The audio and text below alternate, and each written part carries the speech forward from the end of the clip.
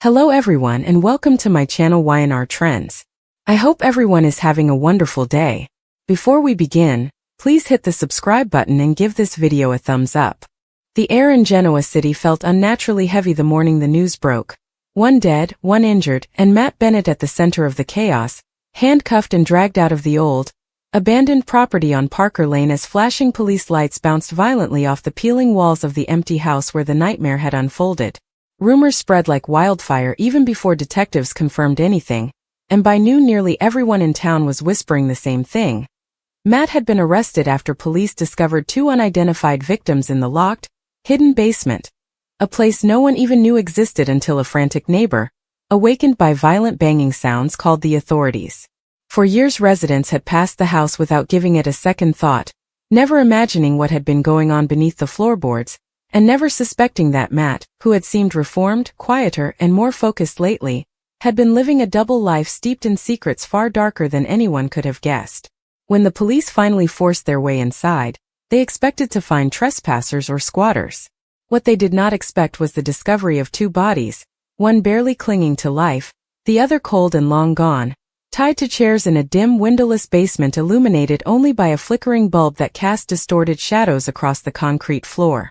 Standing in the corner, hands coated with dust and blood, was Matt, staring blankly at the officers with an expression that unnerved even Detective Jordan, who considered himself hardened to the extremes of human behavior. It wasn't just the crime scene itself that rattled the officers.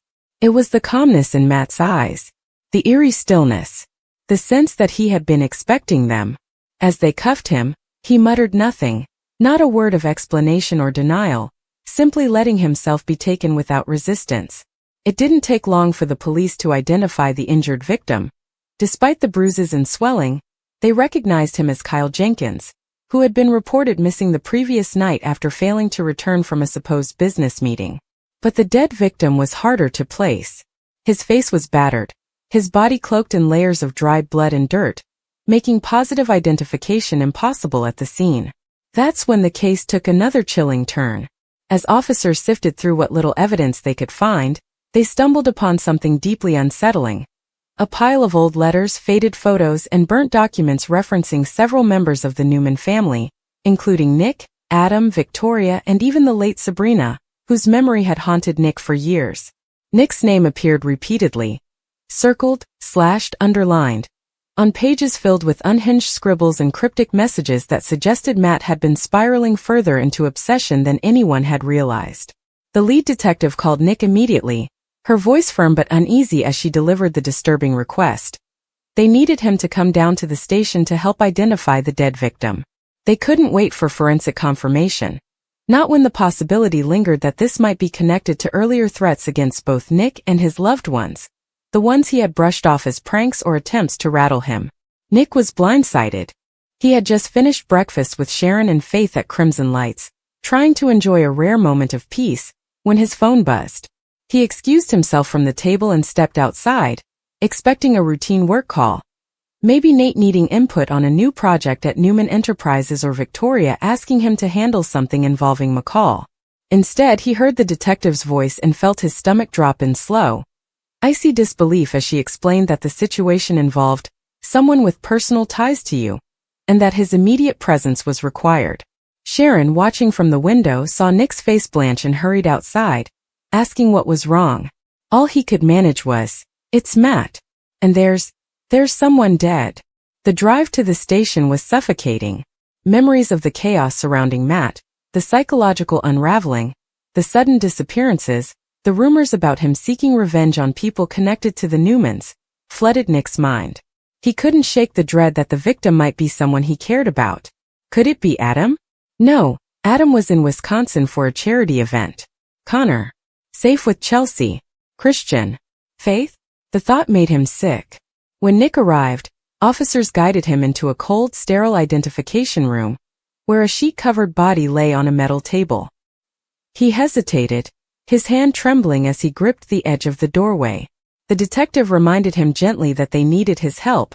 The sooner they identified the victim, the sooner they could begin connecting the dots.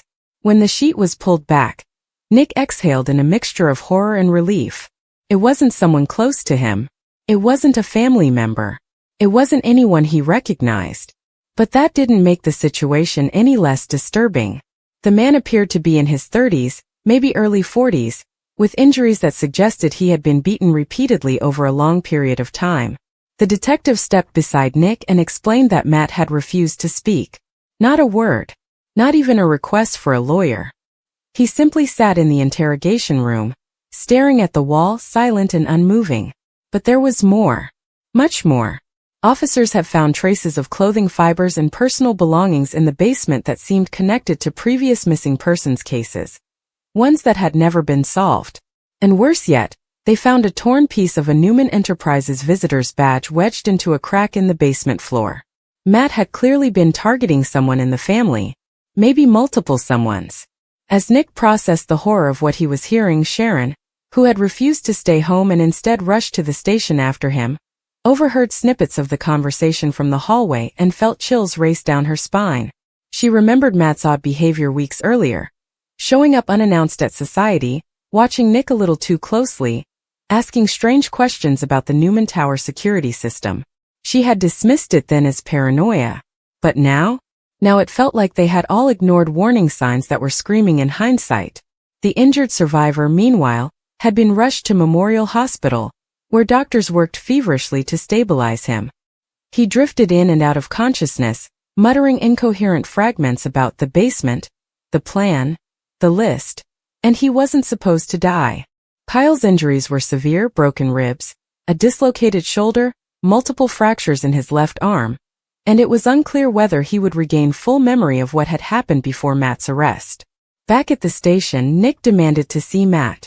The detective resisted at first, wary of Nick's emotional state, but eventually allowed it as long as officers remained present in the room. Nick entered, bracing himself, expecting to see a deranged, furious version of Matt he barely recognized. But what he saw was something worse, something chillingly void. Matt sat perfectly still, staring at the table, his expression unnervingly peaceful, as if he were meditating. He didn't move when Nick stepped in. Didn't flinch. Didn't blink. Nick sat across from him, leaning forward, voice trembling with anger and disbelief as he asked, "Why?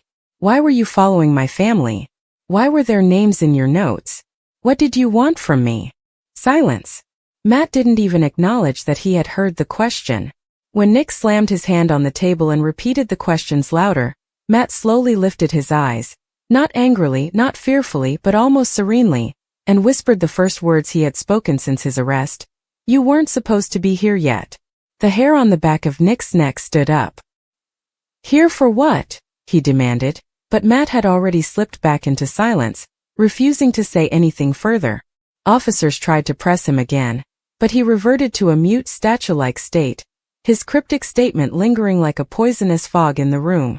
Meanwhile, news of the arrest spread throughout Genoa City. Victor immediately called Michael Baldwin, demanding updates and insisting that every detail concerning the threat against his family be kept confidential until they understood the full extent of Matt's intentions. Victoria worried that this incident might be connected to earlier security breaches at Newman Enterprises. Nikki feared that someone beyond Matt might still be out there orchestrating something bigger. And Adam, despite all his issues with Nick, called to offer support, insisting that if someone had been targeting the family, they needed to present a united front, something Victor strongly agreed with. Investigators working overtime soon discovered that Matt had rented the Parker Lane house under a fake name nearly a year earlier, and neighbors reported seeing him at odd hours carrying bags, boxes, and occasionally dragging heavy objects across the floor. But no one had imagined that the basement had been used as a torture chamber, or that 2 victims had already been held there. And yet the most disturbing revelation came from forensics. The dead man had defensive wounds suggesting he had fought desperately for his life, meaning that whoever he was, he had not simply been killed in a fit of rage. This had been premeditated, deliberate, meaningful. And if the list Kyle had muttered about was real, then Matt might not have acted alone or might have been planning something far larger than just targeting a Newman.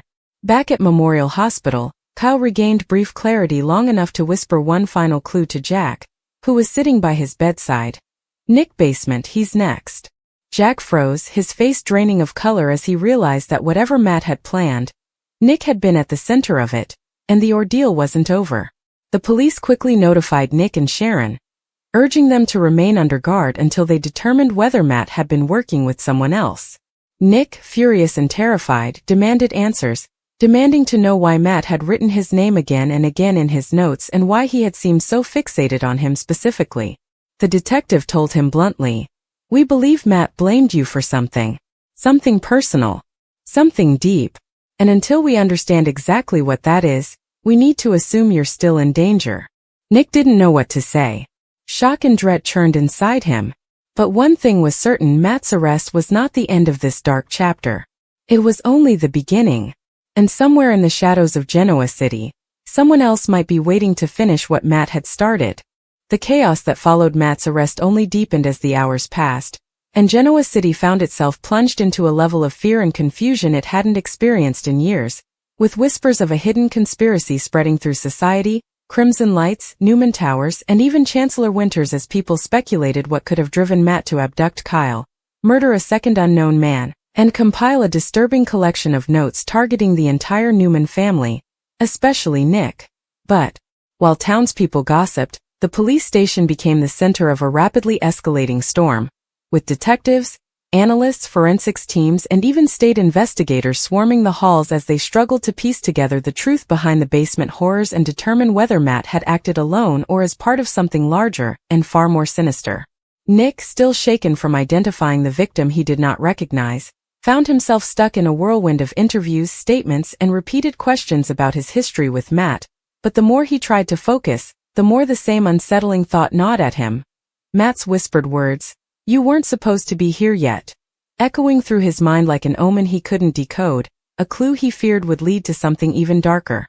Sharon remained close by, refusing to let him face the ordeal alone, though she kept glancing over her shoulder, aware that if Matt truly had accomplices, they could be anywhere in Genoa City. Meanwhile, Faith, Summer, and even Mariah called repeatedly, terrified by the unfolding news reports that had exploded online within minutes of Matt's mugshot being leaked. A photo capturing Matt's hollow eyes and eerily calm demeanor, sending shockwaves through a community that suddenly wondered how many secrets had been buried beneath the surface. At Memorial Hospital, Kyle's condition remained precarious, with doctors unsure of whether he would regain full cognitive clarity after the trauma. But while Jack, Summer, and Diane hovered anxiously, Kyle's fragmented memories continued to surface in chilling fragments, words like "the list," "the plan," "phase 2, and "he wasn't finished," which he uttered unconsciously in his sleep, prompting Jack to contact the detectives once more and insist that Kyle's jumbled recollections weren't random, they were warnings. What unsettled everyone most was that Kyle kept saying Nick's name even though he had no reason to believe Nick had been connected to the basement or the attack, leading investigators to consider the frightening possibility that the Newman family patriarch's eldest son may have been Matt's true target all along. But why Nick? What personal vendetta could Matt possibly hold against someone who barely remembered crossing his path years earlier? That became the new central question of the investigation, and one that seemed to grow murkier rather than clearer as evidence began flooding in.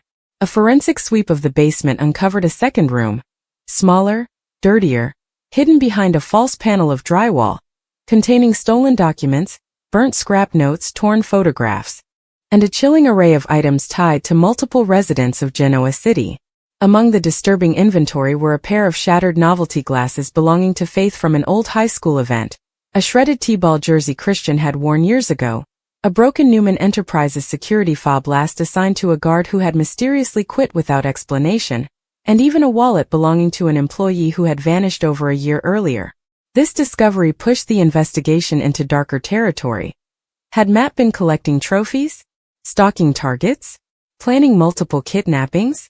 Or were these items planted intentionally to mislead investigators into believing Matt's crimes stretched farther than they did? The detectives weren't sure, but the presence of personal belongings connected to Nick's children sent a chill through the department, forcing them to increase security around the Newman family immediately. Victor, furious and dangerously silent, took matters into his own hands by calling a private security team from Chicago and demanding round-the-clock surveillance for the entire Newman family, insisting that if Matt had an accomplice, or if someone else had been orchestrating events from the shadows, they would not have the chance to strike again. Victoria, torn between fear for her family and frustration that she hadn't noticed Matt's odd behavior sooner, reviewed old security footage from Newman Enterprises and found something strange. A shadowy figure following Matt through one of the parking garages weeks earlier. A figure with a hood pulled low and gait that seemed familiar but not identifiable. When she showed it to the police, they took it seriously. Proof that Matt hadn't simply snapped on his own, but had likely been manipulated or guided by someone else. Meanwhile, back at the station, Matt remained in the interrogation room, silent, motionless, refusing food, refusing counsel, refusing to acknowledge anyone who tried to question him. But detectives noticed something stranger. Each time the door opened, he would glance up as though expecting someone specific, someone he believed would walk in at any moment, and each time he didn't see that person, he would return to staring at the wall with an unsettling half-smile that chilled even the most seasoned officers. Nick, still reeling, demanded to see the evidence collected from the basement, hoping something would clarify the connection between him and Matt. A detective reluctantly showed him the notebooks retrieved from the hidden room. Dozens of pages covered in frantic handwriting, sketches, timelines, surveillance notes, and disturbing phrases like "he owes me," "time is almost up," "the door will open soon," and dozens of variations of Nick's name written in jagged strokes. But one page stood out above the rest. A page containing a detailed drawing of Nick's childhood home, the ranch-style Newman estate he had grown up in, sketched from memory with an unsettling level of detail. Under the drawing was one sentence. "He took everything from me." Nick felt his chest tighten. "What did I do to him?" he whispered, more to himself than to the detectives. But no one had an answer. That question would soon haunt him even more when Chance Chancellor, who had been pulled back into the case despite transitioning away from police work, discovered something unexpected: Matt's biological family file. It had been sealed years earlier due to a protective order. Matt's childhood had apparently been marked by tragedy. A father who had disappeared under suspicious circumstances, a mother who had died in an accident, and years in foster care before he re-emerged in Genoa City. But what struck Chance most was the name of the man who had once been Matt's court-appointed mentor during his foster years. Thomas Boudreau, a disgraced former Newman Enterprises employee fired decades earlier by Victor after a scandal involving embezzlement, threats, and a violent outburst. The connection was thin yet chilling. Matt had been exposed to someone who hated the Newman family long before he ever crossed paths with them directly. And if Thomas Boudreau had influenced him, even subtly, even years ago, it could explain the deep-rooted resentment Matt had harbored without anyone realizing. But the real twist came when Chance dug deeper and discovered that Thomas Boudreau had not died as many believed. He had simply vanished years earlier, never resurfacing, never contacting anyone, living under layers of aliases that made him practically untraceable. This revelation spread through the station like wildfire. What if Thomas had resurfaced? What if Thomas had manipulated Matt into seeking revenge on the Newmans? And what if Matt's arrest was only step one in a much larger plan? Nick's fear grew as he realized that Matt's silence might not have been defiance. It might have been loyalty, obedience to someone more dangerous.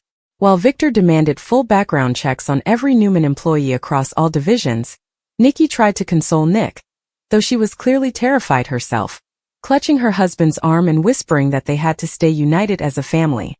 As the tension escalated, Sharon received a call from Ray's former partner in Miami, who had been monitoring chatter among underground networks as a favor.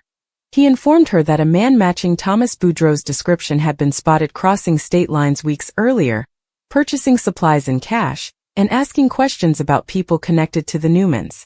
Sharon immediately brought this to the detectives, who added it to their growing list of alarming leads.